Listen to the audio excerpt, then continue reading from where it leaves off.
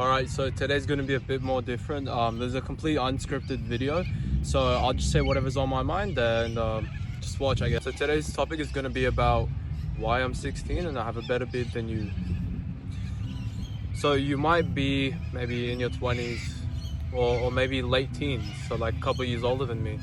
Or maybe you're the same age and you're comparing yourself to what I look like. Well, firstly, I'm going to tell you why you don't have a beard and why I do. And it's pretty self-explanatory. You're probably going to think of genetics as the first thing, and you're probably right. Genetics is the #1 thing when it comes to a beard. However, I would still not credit it to why I have a beard. There's still so many aspects that influence why I have a beard. So we're going to start off with genetics. Obviously, the way your hair grows and when that happens is based off of genetics.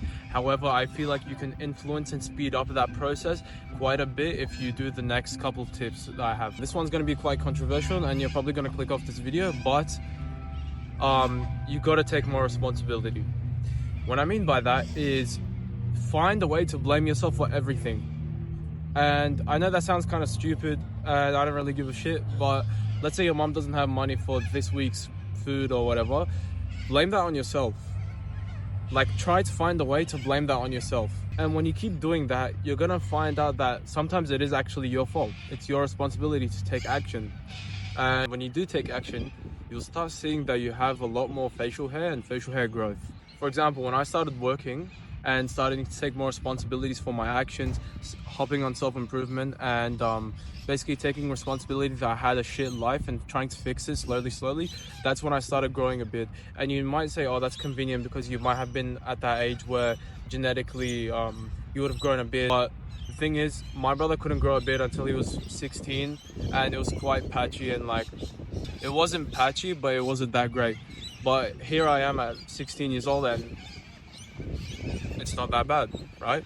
I just got a haircut, so it's quite low, but I can probably grow it out to this much in a couple months. So that's the thing. This is not purely off of genetics, but what I recommend you do is try to take responsibility for everything. Or like, for example, oh, why do I have shit skin? Why don't I have a lot of money? Why is my physique shit? Why is my sleep schedule so bad? All of these you can take responsibility for. And even the shit that you can't take responsibility for, try. And when you do, you'll realize that mentally you're getting better, and also you'll start growing more hair. Thirdly, optimize your testosterone. So this is pretty self-explanatory. Basically, eat healthy, sleep a lot, do painfully productive things, and in general believe that you have high testosterone. Research about it. I'll make a video. My next video is probably going to be about how to optimize your testosterone and how I got 900 nanograms per deciliter at 15 years old.